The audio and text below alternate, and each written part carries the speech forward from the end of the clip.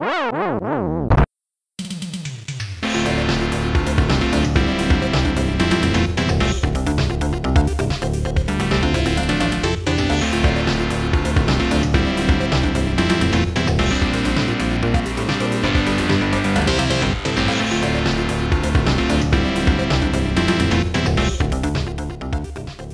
and welcome to Video Game Hangover.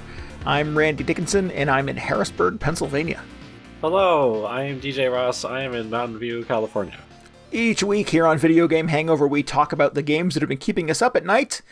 This week we're playing Anodyne 2 Return to Dust and Say No More. It looks like Say No More. I think that's what it is, actually. Yes, that would make sense. No. No. It's very confusing. It is. I will explain. Okay, good. Yep. So I have an update on last week's Switch Lite saga. The Switch Lite has been returned to me from Nintendo. Oh, wait, let me clarify. I was having issues with the left stick on my Switch Lite for the third time. Sent it off to Nintendo for repair with a little note that said, please don't fix it, just send me a new one. Yeah. And they actually sent me a new one. Oh, really? How Yes. could you tell? It didn't have your telltale, like, scratchings on the backside of it? It did not. I used a black Sharpie and I put a little line inside the little flippy top battery case cover. Oh, man. Not battery, sorry, pretty game cover. Yeah. And it came back to me without the little without the little black line from a Sharpie. Plus there was a note inside the box that says, we're so sorry that you had to send in your Switch Lite one more time. We know how frustrating it can be to not have your device. So to avoid future issues, we sent you a refurbished Switch Lite. Matched the color scheme. I got the gray one. I sent them the gray one. I got the gray one. And I immediately ported my Animal Crossing Island over to it. And I've been playing Animal Crossing on it for the last couple of days. And it works perfectly, flawlessly. No issues. Oh, good. Yeah. Good. So hopefully this is the end of my Switch Lite saga. Until next month. Yes. Yeah. Well, when I got it back in the past, it worked fine right away. And then a couple of days later, I continued to have issues with it. So anything could happen in the future. But as this is a refurbished device, hopefully it's in working order. Yeah, I don't know what to make of that. Like, wouldn't the systems they were sending you up to this point also be refurbished? Correct. Yeah, I thought of that as well. Yep. Okay. I thought it was like... Sorry to trouble you with all these repairs. Have just kind of the same thing sent back to you. Yeah. Somebody else's broken Switch Lite. Correct, yes. And I had a conversation with Sarah about this when it came in the mail the other day. And she's like, so I bet you they just sent yours off to some other poor schmuck. Right, yeah. I'm imagining somebody opening up and this like, oh, somebody drew a line inside the battery cover. But it says it's been refurbished. Yeah. So I don't know. We'll see. Time will tell. But as it is more or less my Animal Crossing device, it gets played every day. I put at least an hour or so into it on a daily basis. So time will tell whether or not it is actually sort of fixed of the issues that plagued my old device in the past. So, knock on some wood. Yeah. Yep. Well, good. Fingers crossed. Yeah.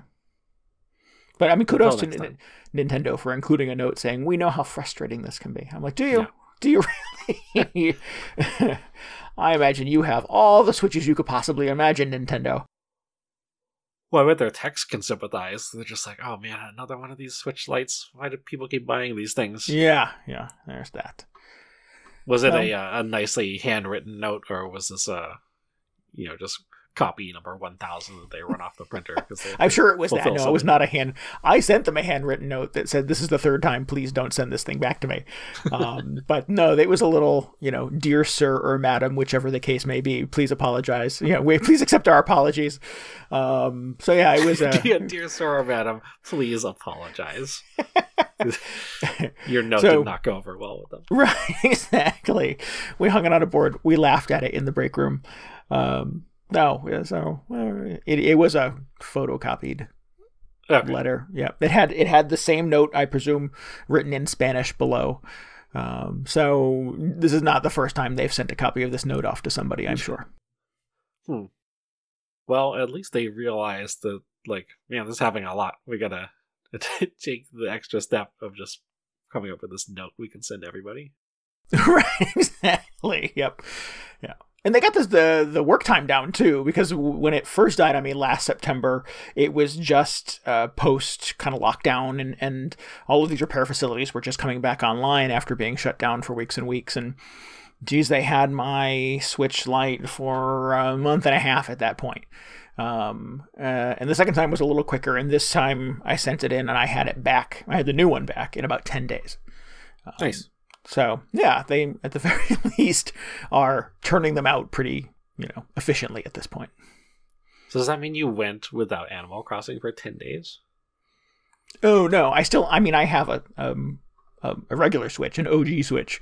So I just you moved my island to... Correct, yeah. Okay. Yep. Oh, I was wondering how you were managing. Please. How dare you? Yeah.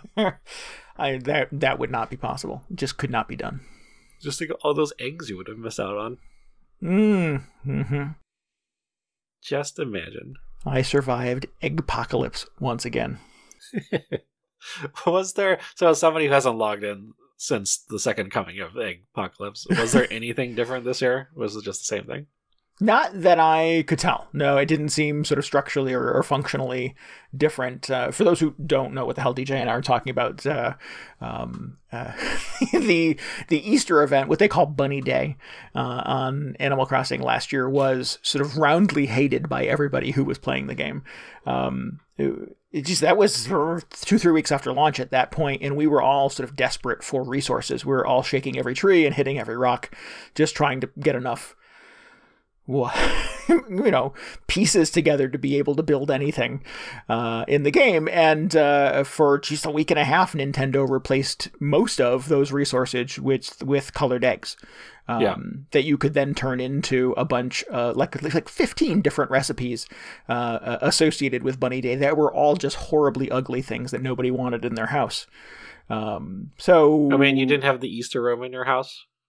I did. I did, because they rate your house, and I knew that was a way to get a good rating easily. So I just built all that crap. And, you gotta do it. And made an Easter room, and I got my plaque from the Home Society, and then dismantled the room, and now it's a Halloween room. So nice. I had to wait, for Halloween to roll around to be able to replace it, but I can happily say there's no more eggy stuff in my house. But yeah, this year, nothing was different. It was still just eggs everywhere, but it was less obnoxious this year because I'm not desperate for resources. I'm not sort of desperately trying to collect pieces to, decorate my island or anything like that. So it was a little easier to ignore than it was a year ago, shortly after the game launched.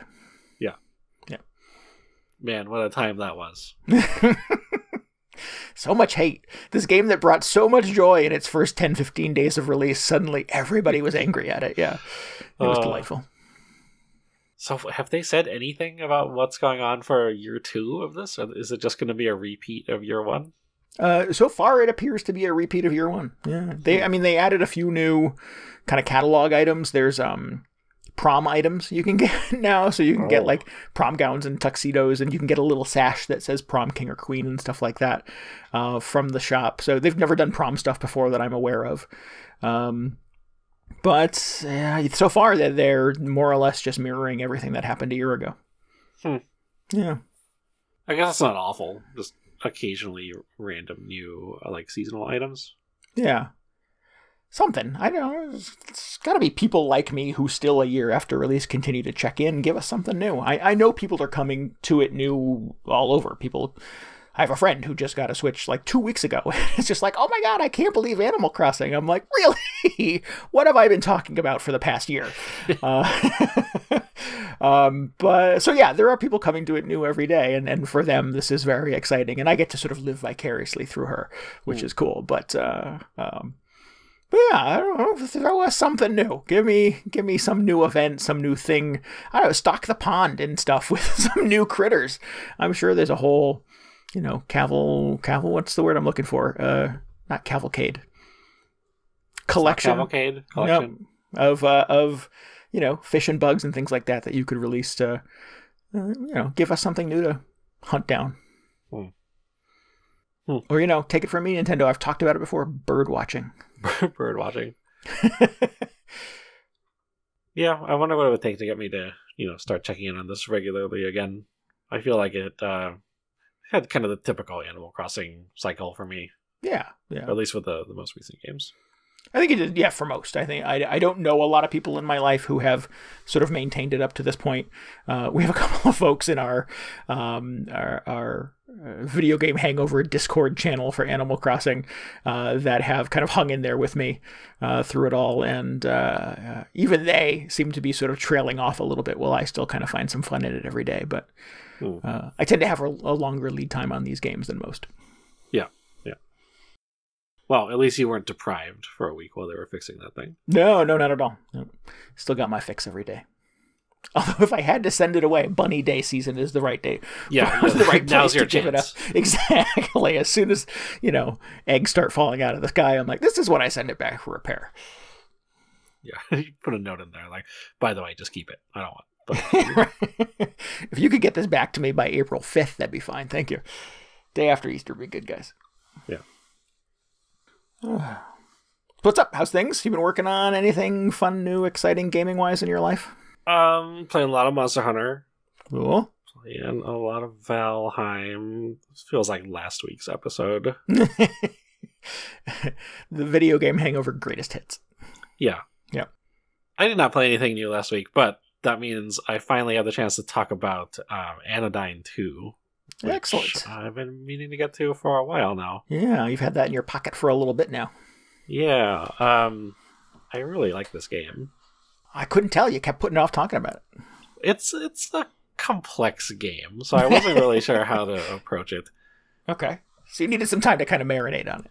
Yeah. So it's the sequel to Anodyne 1, obviously, which was kind of an older indie title, which I played last year when it came to the Switch.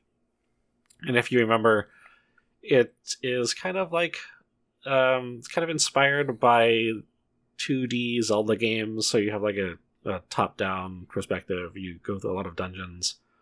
You run around on a grid and fight enemies and solve puzzles. Mm-hmm. Except instead of a sword, you just have a broom, and you end up spending a lot of time like sweeping up dirt or dust, as it were, in this game. It's a little silly. I do remember the broom game, yes. Yeah, and I thought like the original, or Anodyne 1 anyway, was very, it's like kind of a minimal experience. The story is not super like dense or anything. It's like kind of similar to if you played one of the earlier Zelda games. Sure. Like it has a lot of fun, kind of weird dialogue, and it has a quirky sense of humor. But mostly you're there to kind of like explore the overworld and adventure into dungeons and solve puzzles. But I really enjoyed it. And then they released Anodyne 2, I think, last year, and again, it just recently came to Switch.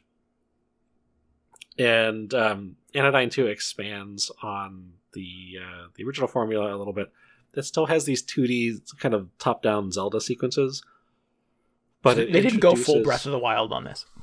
Not exactly. It does have this new overworld segment, which is all in 3D.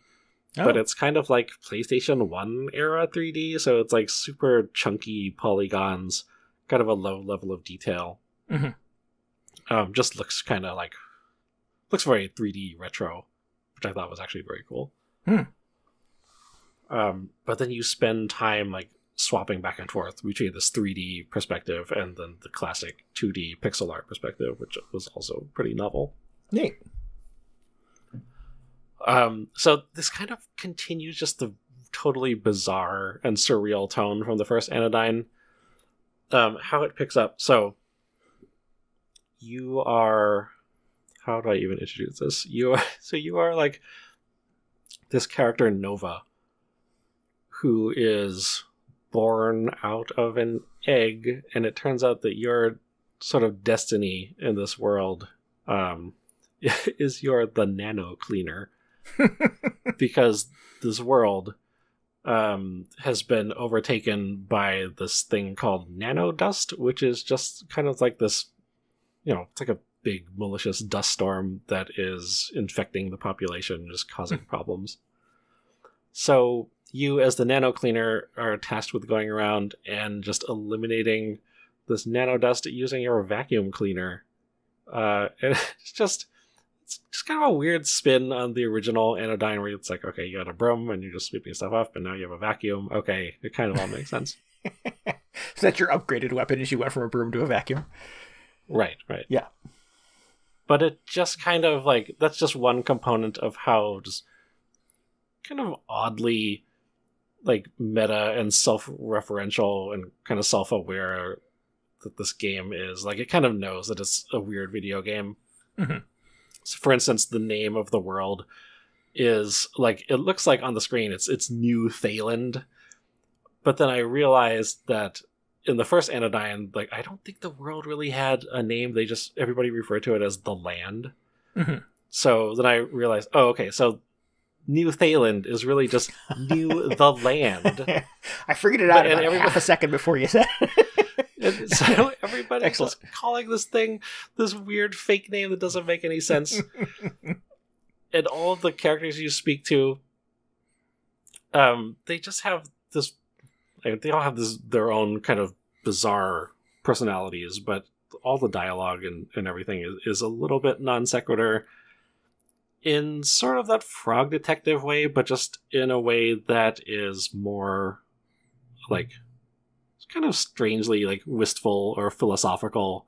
Okay. And a little melancholy. So where's Frog Detective is a video game. I'm not just saying like, oh yeah, it's like the Frog Detective. Everybody knows the Frog Detective. Yeah. Yes, and that game was sort of weird for the sake of weird. Yes, yeah, that's a good way to describe it. Yeah, and it sounds like this at least sort of has some kind of heart and focus to it. Yeah, it does. Like, everything is a little less kind of random, it felt like. Like, Frog Detective was fun, but it was like, at a certain point I just felt like the dialogue was like, oh, it's so weird, and I'm just here to read like weird dialogue. Who knows what they're going to say next? Right. So in that sense, Anodyne 2, it feels a little more like purposeful, all the characters and everything. Cool. So you are the nano cleaner. You go around New Thailand trying to like solve this problem, the nano dust, and you kind of do it in how I imagine is like kind of what you get up to in like a Persona game, where you find people who have been afflicted with this nano dust. And what ends up happening is the nano dust kind of like turns them into a weird version of themselves that is like, it kind of amplifies just negative aspects of their personality or brings their worst nightmares to life. So once you identify somebody who has been afflicted with this nano dust, you enter nanoscale, which means you like shrink down like to the point where you can just enter their body. And at that point the game switches over to the 2D mode, and you play like this weird abstracted Zelda version of a dungeon and clean up the nano dust from there. That's clever. And each dungeon is very fun. It's not like the Zelda dungeons where they're all kind of based around like some kind of unique treasure that you find inside, but usually it's more of like each dungeon will have some kind of central conceit, where like this one has a bunch of like enemies that are on fire, so you need to like spray them with water or ice to cool them off, and then it unlocks the door to the next room.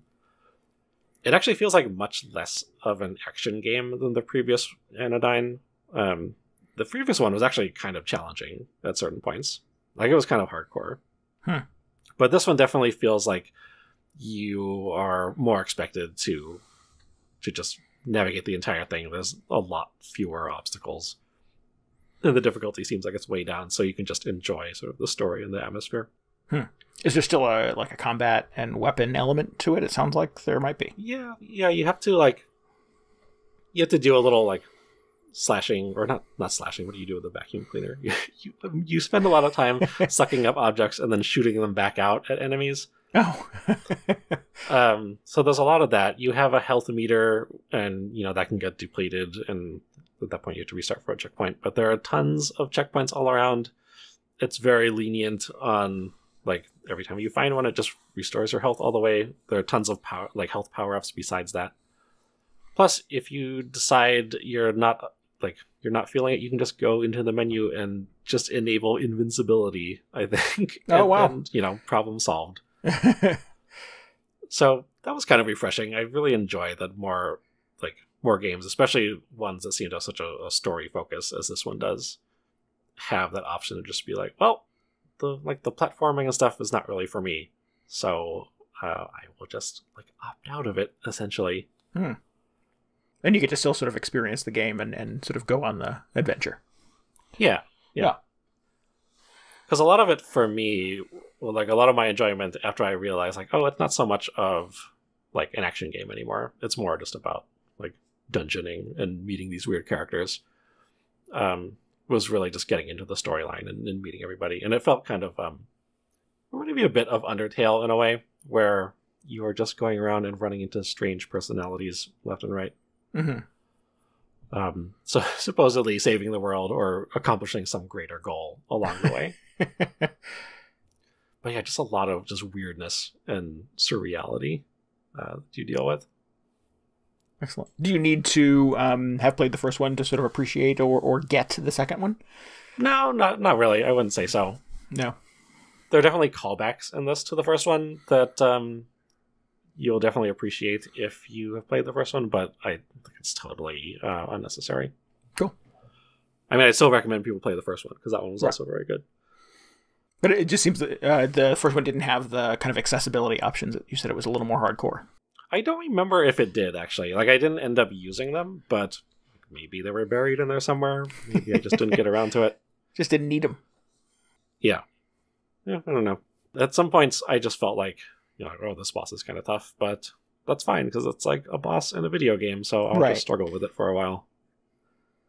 The story in this, I mean, I've talked about, I really enjoy just the strangeness of the setting and the characters that you run into and just how their strange problems manifest. But the story in this feels so much more ambitious than the one in Anodyne 1, which was more or less there's a ambiguous darkness encroaching on the world, so please help us.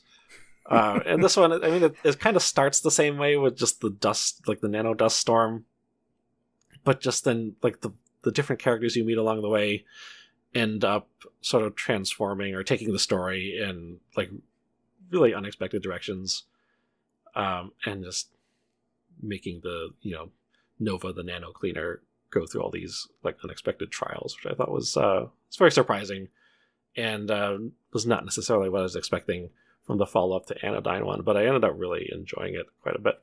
Cool. It sounds certainly a little more ambitious. Oh yeah, no, I'd say so for sure. And you got the whole overworld, the 3D overworld, which is very cool. It's much less of a just, go here and collect these 4 things, then go to the next area and collect 4 more things. A little bit more going on. And like I said, the whole way through, it just gets more, it's seemingly more and more aware that it is a video game and is asking you to do video game things. And it has some very fun twists on that, which I don't want to give away because I thought they were kind of hysterical. Excellent. So Anodyne 2, there's a lot of weird stuff going on in this game. It's not super long, which is a welcome thing coming off of several very long JRPGs. But it was just kind of a weird, Zelda flavored diversion, and it's been a while since I played a game that felt this kind of indie and artsy. So that was appreciated as well. Excellent. You were talking about sort of the encroaching darkness and stuff like that, and I just feel like that is just has become kind of the easy go-to kind of plot line for any adventure game at this point. It's there's an evil force, a bad thing, and it makes things, that would otherwise be mundane or friendly, transform, and you have to, as the hero, knock the darkness away or something like that. I'm just that is the plot for so many video games. There should be a moratorium on using that. Yeah. I feel essentially that's every single game, depending on how much you want to simplify it. There are a lot of things in this game that are not whenever they pop up, I just be like, oh, okay, well, this is sort of an idea that has been done several times. But in most cases, Anodyne 2 has a very different spins on them, or whatever happens as a result of this thing is not quite what I was expecting. Good. Well, I mean, if it's sort of approaching it from the perspective that they know that they're aware that this has been overused, that this is a trope, and they're trying to do something sort of self-aware or different with it, then that's respectable. I get on board with that, absolutely. Yeah. So it's the games that don't appear to be sort of acknowledging of the fact that is the plot to so many other video games, and they're sort of presenting it as if it's a whole new idea. Yeah, that's maybe a little dubious. Oh man, it's they did such a good job of like finding this balance between being like way too like winking way too much at the player, and also just being silly enough that you realize like, oh, they know they were making a video game. They know that whoever is playing this has played video games like this before, right. And is used to just kind of inane NPC dialogue. So let's make it a little more like a little sillier. And just a little more bizarre than what you would normally expect to run across. So none of your Monster Hunter experience where it sort of instructs you unironically to use the left stick to move. Oh, no. I mean, if there probably were cases that were similar to that, but at least they were, they were fully aware that, like, yes, it is ridiculous that we are telling them to do this thing, but we're going to do it anyway, because that's the type of game this is. Right. I'm really trying hard not to like give away specific stuff that happens, because it is all just kind of like weird video game meta humor, or my favorite moments anyway. But yeah, I think, if this sounds interesting, if you just want to play something that is just the definition of an offbeat weird video game, I think this is the one. Oh, nice. It sounds good. It sounds like my kind of sensibility and my kind of adventure game. And you said it's fairly short, so I'm a fan of that as well. I like single session games, so it's not quite single session. I mean, it took me a few weeks to get through. Okay, but yeah, I mean, compared to something like Yakuza 7, right? This is not a 70-hour Yakuza experience. Right. Good. I don't need any more of those in my life. Thank you. No, I'm still struggling with that one. So yeah, okay. So really enjoyed it. Cool. I don't know if they like what's next for the studio. It's like the first Anodyne, I believe, was just one person, Melos Hantani, probably mispronouncing that. Or as I like to call him, Melos Tanhani, because I can't read. But for this one, it's him and then his development partner Marita Kitaka both worked on this. I believe with a little outside support, but it was hilarious. Like once the credits rolled, and it was just these two names over and over again for like the majority of the credits. It was good. That's awesome. But such a fun project. I'm so glad that I got a chance to get around to this. Cool. Is this the only two games that they've developed? They did at least one other, called. Sorry, I wasn't trying to get you on the spot, DJ. But it's like Even the Ocean or something, which is like, I think I had it on my list and I wasn't even aware that they were involved with it. I've heard of that. I will probably check it out at some point. You played it? I didn't play it. No, I did. I don't think I played it, but I certainly know the name. Okay. Well, cool. Based on my experience with its last two games, I will definitely be checking it out sooner or later. Excellent. But yeah, Anodyne 2 on the Switch. I believe it's on some other stuff as well. Looks terrific on the Switch. I was really surprised, actually. Like the pixel art segments are very like crisp on the Switch screen, but the 3D stuff is just, I guess it's like really optimized for whatever resolution the Switch runs at, or like whatever resolution my display is, because it just looked like these incredibly crisp kind of like 3D models, or like a 3D environment, even though it's very lo-fi. It just looked really striking. Nice. I really enjoyed it. Cool. I'm ready for the wave of like PlayStation 1 retro indie games, so I hope this is the first, sort of like the vanguard, and then we get more of these coming up after this. Well, I mean, that's an interesting sort of segue to Say No More. In that it definitely has kind of a '90s PS1 kind of vibe to the what you call it, the graphics and the presentation. Does it though? I mean, not to be disparaging of it, but I took some looks at it, and it looks like there are a lot of indie games that look like this at this point. I don't know. There's something so specific about the way Anodyne 2 looks, where it's just like really low resolution textures and just kind of weird and grainy all over the place. Okay. It's not necessarily that it's not, the most cutting edge 3D models or just incredibly advanced lighting or anything. You look at Anodyne 2 and you're just like, oh man, this could maybe run on a PS1. Like that's not even a sky in the background. It's just a big JPEG. Okay, well, yeah, Say No More does not look like that. That's where my brain went when I first started playing it, though. I mean, it runs like a modern game, and I can talk a little bit about that. But it definitely, I think there is a conscious sort of style choice made to the way kind of the characters look and the little object models and certainly the what's the word to look like? The textures in the game are not the best. So you end up with you do sort of a wide shot of like a skyscraper or a city street, and it's clearly the same little texture stamp used over and over and over and over again. Okay. So that's where my brain goes, and when I sort of think of kind of those '90s kind of PS1 era, maybe early PS2 kind of video games, where I think it was developers really just trying to figure out how to be epic, how to be grandiose with sort of finite tools. Okay. Yeah. But in terms of function, in terms of it actually being played, it has a lot more going on. So the hook here is that Say No More is this really unique game. It's not it's not an adventure game. It's not a shooter. It's not an RPG. The developers sort of jokingly call it an NPG. It's the world's first non-playing game. No-playing game. That's what they call it. Oh, I see. A no-playing game. Yeah.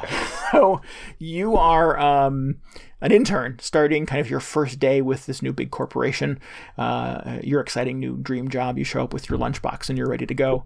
And the kind of corporate culture from day one is just super toxic in that they don't allow the word no to be uttered anywhere on sort of company property. That you are expected as an intern, as an employee, as a cog in this machine to just say yes to everything that comes your way, no matter how ridiculous it is.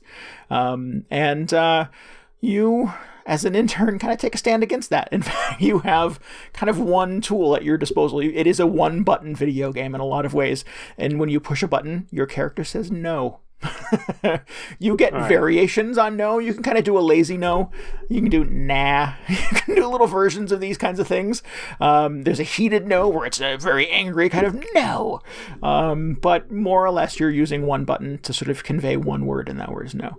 And that completely upsets the delicate cultural balance at this giant corporation.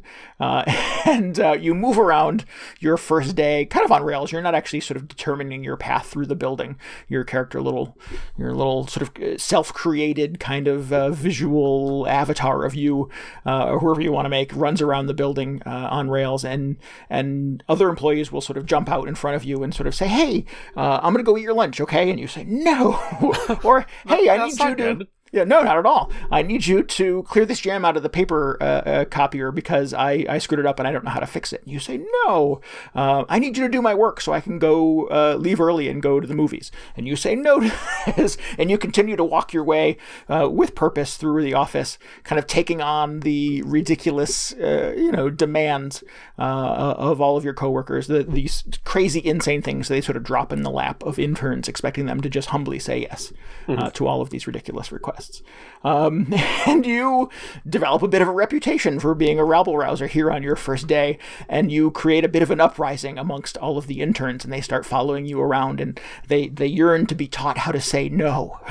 And you go through, several floors, and you work your way up to the C-suite, and you take on various bosses, and the bosses are, in fact, your boss and his boss. And you have big battles with them across the city, where they, berate you and make sort of ridiculous demands of you and your time. And I need you to stay late. I need you to come in early. I need you to work through lunch. And you have the audacity as an intern to say no to these ridiculous demands. It's a lot of fun. I think it's probably more fun if you have some experience kind of in corporate culture. I think there is clearly something here that is being kind of parodied. And if you have some, I don't know, something in your life that caused you to spend some amount of time in a cubicle or in a giant high-rise full of, interns and executives, and everybody has a boss and that person has two other bosses and on, then you'll get some of this kind of jokey stuff. But as sort of your adventure progresses here on your first day of work, your no's get a little more enthusiastic. You can start charging them up.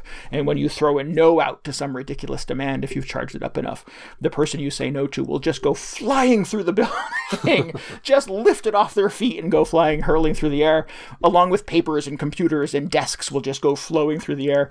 And so, like, it looks like this kind of old 90s style video game to me, but the sort of destructible environments are a lot of fun. I think working my way through the building, saying no to people and throwing out kind of ridiculous one-word responses to their very elaborate and boundaryless expectations of me was a lot of fun to sort of just destroy offices in their wake and say no so aggressively to somebody that they go hurtling through the air and flying out the window of the high-rise.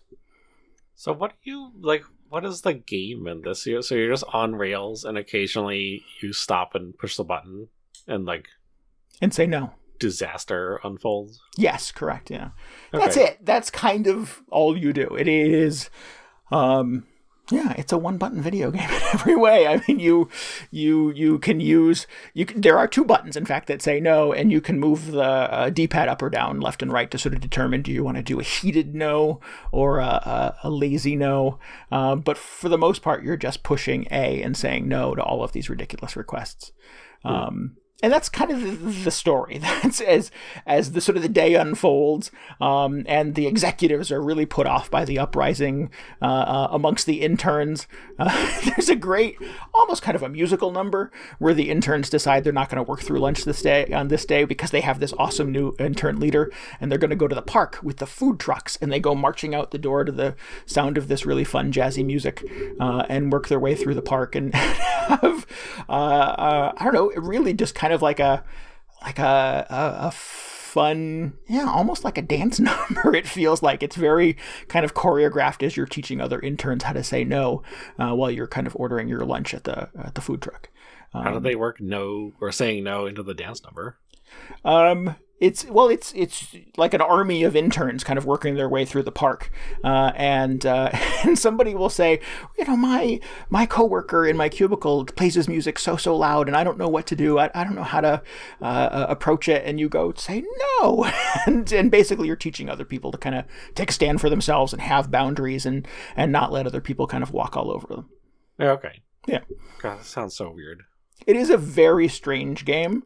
It's super entertaining. I had a lot of fun. This is very much a single sitting game. You can get through this in maybe 2 hours. But it is just a delightful, fun, odd little adventure. There's a lot of really fun characters in it. The characters that are your bosses and that sort of operate this sort of corporate machine where saying no is not an option and you must say yes to anything are just sort of like goofy and nefarious. But, have a real kind of character arc to them. And at the end, you get to sort of see why they are the person they've become at this point in their career and their life. And you get a little about your character's life too, and that you have a roommate who maybe takes advantage of you and gets you to pay their rent every now and then. So you're really a person who has to kind of learn to stand up for themselves and learn to say no a little bit more in their life. I don't know, it's just kind of an interesting and kind of fun and very unusual and unexpected kind of approach to making a video game. Yeah. Yeah. Is this does this come from the developer's personal experience or something? I'm not sure where it comes from. I don't know. I could do a little research into what the motivation for that is, I guess. But I think it's probably, if I had to sort of project my perspective onto the making of this thing, I have to assume these these developers spent some time in a corporate structure that was toxic in this way, that just, maybe as a kind of a worthless peon for a big company, you felt kind of taken advantage of and exploited, and maybe had to learn to have some boundaries in your life and learn to say no a little bit more to things like working through lunch or staying late. I mean, that's probably, as we've learned over the last couple of years, super prevalent in the video game industry, I think. Grind and mandatory overtime are very much, the things that are very difficult, I suspect, for developers to say no to. That could be sort of devastating to your career if you take a stand on something like that. So yeah, I imagine probably those are some of the influences that got them to the point where they felt compelled to make a video game around that structure. Man, this feels so specific. I guess it's a good lesson for people to learn. Yeah. Yeah, I was kind of like playing it wondering, like, who is this game for?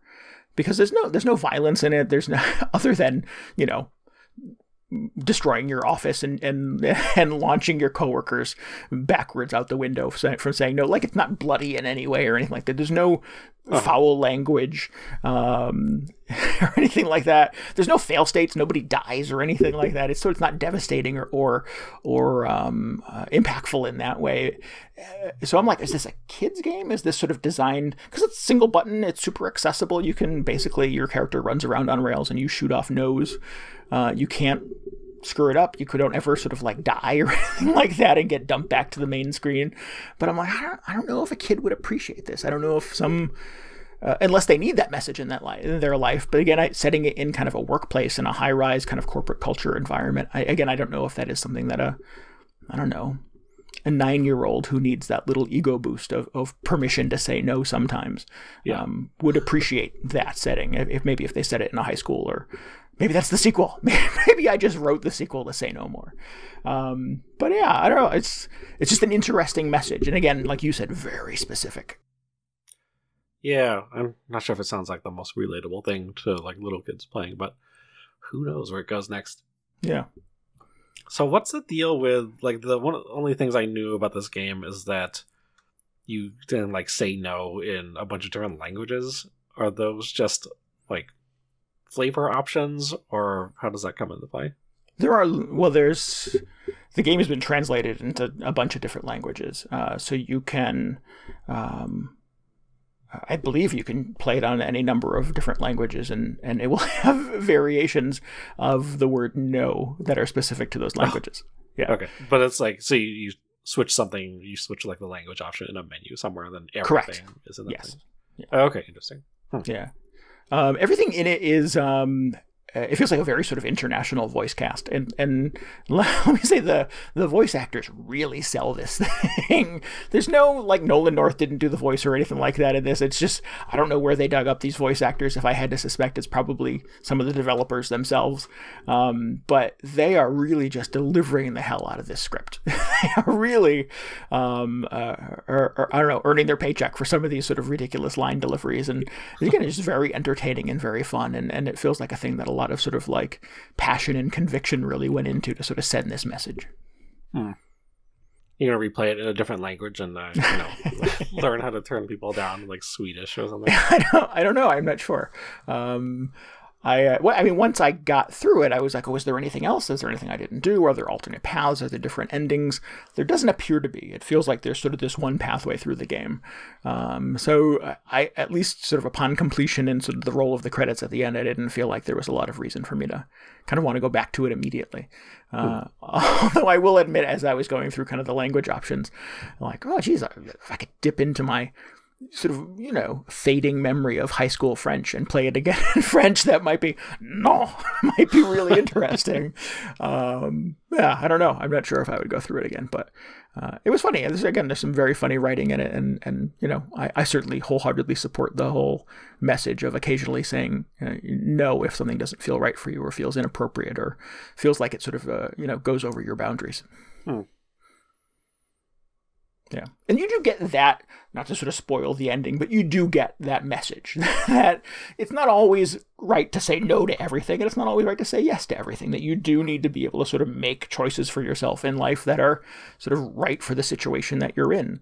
And sometimes you sort of make the conscious choice to sort of, say yes begrudgingly to friends because they need your help, where you, I don't know, pick it, for example, this is not an example from the video game, but if you'd rather watch TV than help a friend move or play a video game than help pick up a friend at the airport, then sometimes you say yes to those things to just be a good friend, even though it's an inconvenience for you. And the game sort of digs into that a little bit, is that sometimes maybe you begrudgingly say yes if it means that, you help out someone that you care for. So it's not this absolute thing. Again, this game that you go around just shouting no 1,000 times, you get a little message at the end that maybe that's not the best way to approach everything. Another lesson you have to learn. It would have been interesting if it was like, sometimes you have to say yes throughout. You have to like find those situations. But I do appreciate that it is just like the absolute, like just always say no to everything for like 90% of the game. That's good. Yeah. I thought it must have been kind of an amusing challenge on the developer side to sort of go through this entire script and really just make sure that everything that is sort of projected in the direction of your character is a question that they get to say no to. Because it's not like you have sort of dialogue options. You really just say no to everything. So yeah, there must have been some fine tuning to make sure that there was sort of consistency in those questions asked to be able to kind of turn them down resolutely. God, this sounds so weird. What is this on? It is on iOS, it is on Switch, and is on PC. And it comes out this week. It actually comes out the date that this episode comes out. Oh, nice. Yeah. Well, that sounds bizarre. It's super bizarre, I thought it was fun, though, deeply entertaining. This comes from a perspective of having completed it and truly appreciated how much fun it was to go through this weird little thing. Yeah, geez, I think if this was a 9-hour experience, a 70-hour Yakuza 7 experience, maybe it would be a little bit, a little too much, a little grating. But the fact that it is a relatively brief affair and kind of has a pretty unique perspective in video gaming, and it turns out, destroying a giant high-rise office by shouting no at your coworkers turns out to be a lot of fun. So yeah, I would recommend this thing. It's an oddity for sure. But definitely one I appreciated. I would really love to see Ichiban just yelling at people constantly in Japanese. I mean, he kind of does that anyway, but if they had a bunch of cameo characters in this, it would be a lot of fun. Yeah, yes. It's that is funny.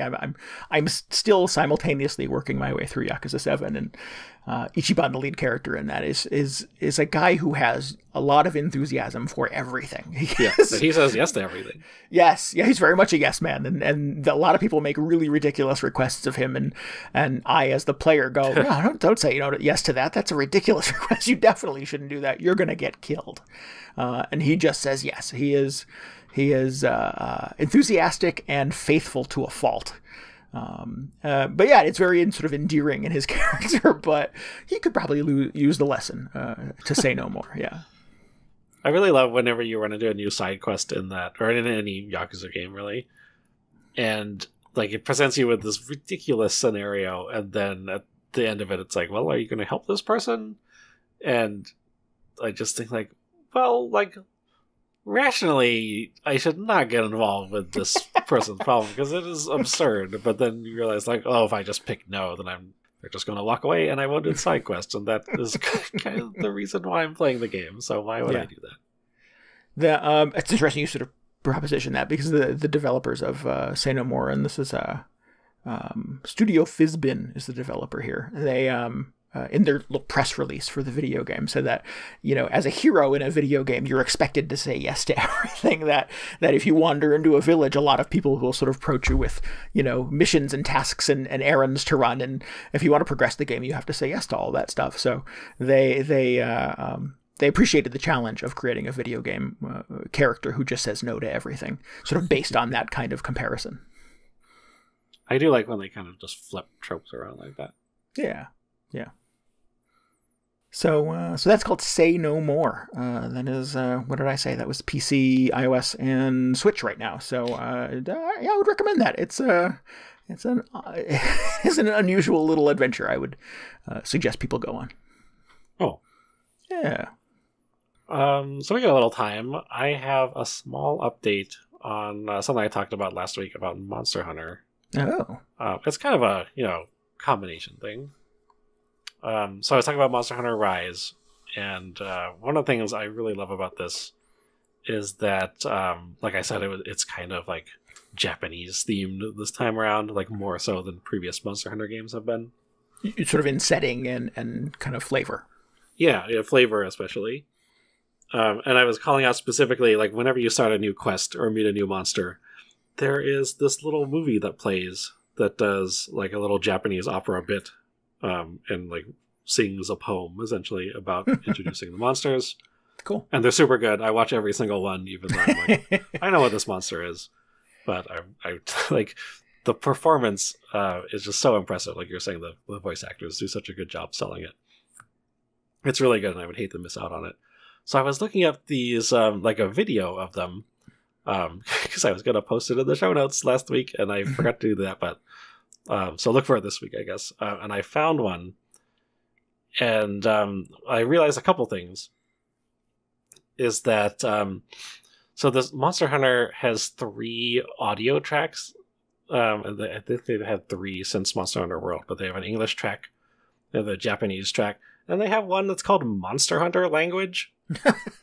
and if you've played a Monster Hunter game prior to World, you probably have an idea of what that is, which is it's just like these weird syllables and half sentences, which are not any actual language, but like whenever you talk to a character, it's kind of like Simlish, where they will just like sputter out some stuff. So it's sort of like this character in this fictional world is saying something in their language. Mm-hmm. And you're just like, oh, okay, yeah, so I don't understand it, but I kind of get the like inflection or whatever. Right. And you'd presumably put that on with subtitles so that you can kind of translate as it goes, right? Yes.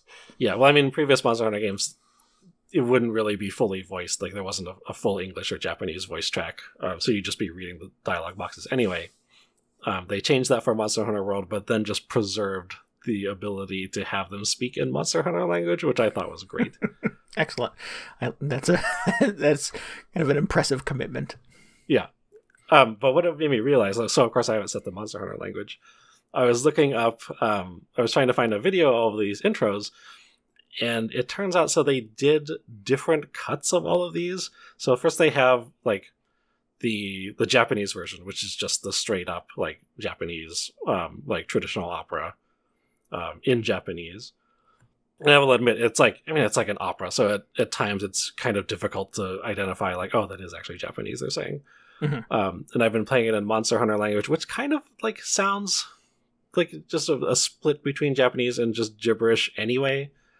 So half the time I was like, can't really decide if this is just like ancient Japanese singing or if they're doing it in Monster Hunter language somehow. But it sounds great, so whatever, I'm not going to draw on it. Right. So they actually recorded separate opera lines in Monster Hunter language using the same sort of like tone and inflection as the Japanese version. Oh. So it's just like, it sounds like it's the same like performer or voice actor. So huge props to them for just going along with it. And then at the end of this video, they had the English intros, and it's just a voice actor reading the English like poem lines that go along with it. And it's just like a straight kind of ominous reading of them, like, movie credits or movie trailer style. They don't do any of the opera bit at all. It's just just straight up dialogue. And I thought, oh my God, I can't believe that. Like, if you were playing this in English, you have no idea that there's this whole, like, they've gone through the entire effort to do these amazing like opera pieces to intro each quest, because you're just getting these incredibly bland sounding like poems, and they're honestly like they're a little corny the way this guy delivers them. It's like the Resident Evil like title screen guy is reading some poems. Resident Evil 5. Yeah, it's just very like, it's supposed to be kind of spooky and like, oh man, oh, this monster. Ugh. So So don't play it in English, is what you're telling people. No, I mean, it sounds weird. I know, like, sure, you want to hear people saying the dialogue, but please, I implore you, at least for the intro sequences, go back and watch them in either Japanese or in Monster Hunter language. It's so good. You're missing out so much by playing this game in English. Play it in Monster Hunter language. It's fun and kind of adds to the the atmosphere of the game that you're just in this weird Monster Hunter world. Or, like in Japanese as well, because it's kind of like a Japanese-ish setting. But, man, just do whatever you can to watch those intro videos in something other than English, because the English voice track is just not doing it justice. You're going to post a link to that supercut in the show notes. Yeah, I have the link. Yeah. So okay, excellent. I think it's the Japanese version, so everything's all in Japanese. It's fine, though, because you still get just the sound of it. Yeah. Well, good. I want to see that, too, so definitely make sure you post that. Yeah. Excellent. I'm really, like... They've always had kind of just Monster Hunter language style callouts during quests. Like, whenever you get hit or do some attack, maybe your hunter will say something.